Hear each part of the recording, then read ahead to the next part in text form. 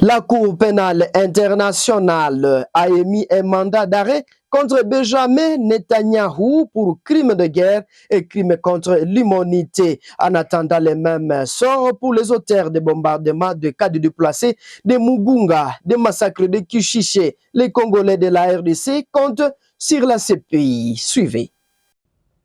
I can also confirm today that I have reasonable grounds to believe, on the basis of evidence collected and examined by my office, that Israeli Prime Minister Benjamin Netanyahou and Minister of Defense Yoav Gallant bear criminal responsibility for the following international crimes committed on the territory of the State of Palestine on at least the 8th of October 2023.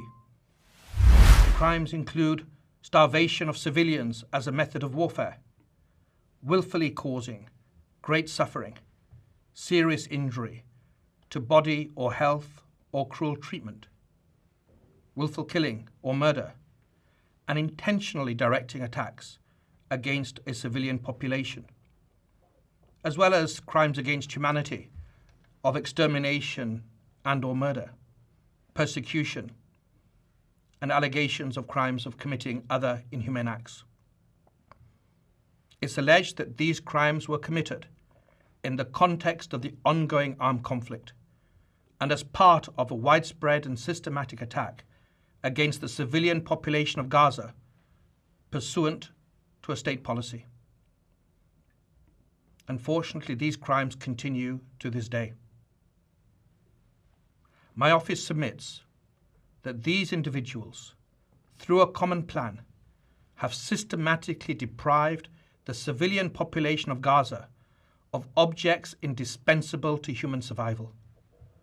We have reached that conclusion based upon interviews with survivors, many eyewitnesses, experts, from satellite imagery, statements from Israeli officials, including the 2 individuals subject to the present application, as well as based upon several hundred authenticated videos, photographs, and audio recordings, many of which were taken and shared by victims and eyewitnesses themselves.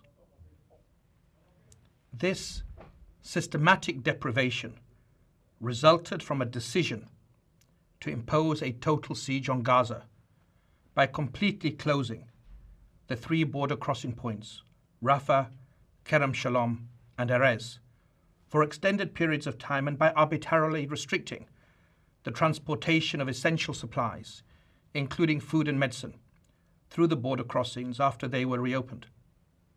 The siege, the total siege, also involved cutting off cross-border water pipelines from Israel to Gaza, which is the principal source of clean water for the population in Gaza. It was cut off for prolonged periods beginning on the 9th of October 2023, and it was accompanied by the cutting off or hindering of electricity supplies to Gaza from the 8th of October 2023 until today. That conduct took place alongside attacks that killed civilians, including people queuing for food, the obstruction of aid delivery by humanitarian organizations, and attacks on aid workers that forced many of those same humanitarian organizations to either cease operations or limit their life-saving efforts in Gaza. The tragic effect of the use of starvation as a method of warfare against Gaza's civilian population is acute, it's visible, and it's widely known, and it's confirmed by multiple witnesses and victims, including local and foreign medical doctors. That starvation has caused and continues to cause deaths, malnutrition, dehydration, and profound suffering among the population. Famine is already present in some areas of Gaza, and it is imminent in others. My office charges Netanyahu and Gallant as co-perpetrators and as superiors in the commission of these alleged crimes. Israel, like all states, has the right to defend its population. It has every right to ensure the return of hostages that have been criminally and callously taken. Those rights, however, do not absolve Israel of its obligations to comply with international humanitarian law. Intentionally causing death, starvation, injury, and suffering to the civilian population, including so very many women and children, are criminal means to achieve military and political goals. That's what we allege. As I have repeatedly underlined, since last year in Egypt, in Israel, and in Palestine, and again this year, those who do not comply with the law should not complain later when my office takes action based upon solid evidence. That day has come. Today we underline in the clearest possible fashion that international law and the laws of armed conflict apply to everyone. No foot soldier, no commander, no civilian leader, no one can act with impunity. Nothing on earth can justify willfully depriving human beings, including women and children, babies, the old and the young, of the basic necessities required for life.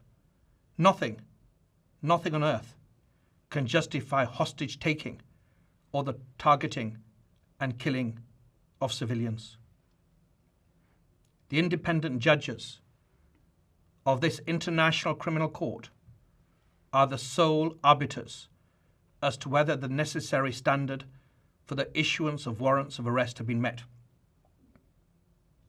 The judges of the International Criminal Court must be now given the space to do their work and to dispassionately and objectively review the evidence that we have submitted. Should the learned judges approve my applications and issue the requested warrants, I will work closely with the registrar of the court to apprehend the named individuals.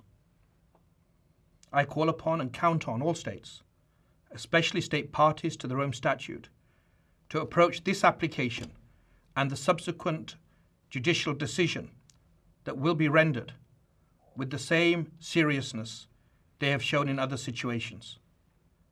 I also stand ready to work with non-state parties in our common pursuit of justice and accountability. It is critical in this moment that my office and all parts of the court continue to conduct our work with full independence and impartiality. And I insist that all attempts to impede, to intimidate, or to improperly influence the officials of this court cease immediately. My office will not hesitate to act pursuant to the provisions of Article 70 of the Rome Statute if such conduct continues and persists. We will also submit further applications for warrants of arrest if and when we determine, after independent and objective analysis, that the threshold of realistic prospect of conviction has been met. My office is advancing multiple and interconnected additional lines of inquiry, including concerning reports of sexual violence during the 7th of October attacks in Israel and in relation to the large-scale bombing that has caused and continues to cause so many civilian deaths and injuries and so much suffering in Gaza. I renew my call for all parties to the current conflict to comply with these basic principles of law without any further delay. I also wish to emphasize that the principle of complementarity at the heart of the Rome Statute will continue to be assessed by my office as we take action in relation to the alleged crimes and alleged perpetrators, and as we move forward with other lines of inquiry. But complementarity requires us to defer to national authorities only when they sincerely engage in independent and impartial judicial processes that do not shield suspects from accountability, and which are not a sham. It requires thorough investigations at all levels, addressing the policies and actions underlying these applications.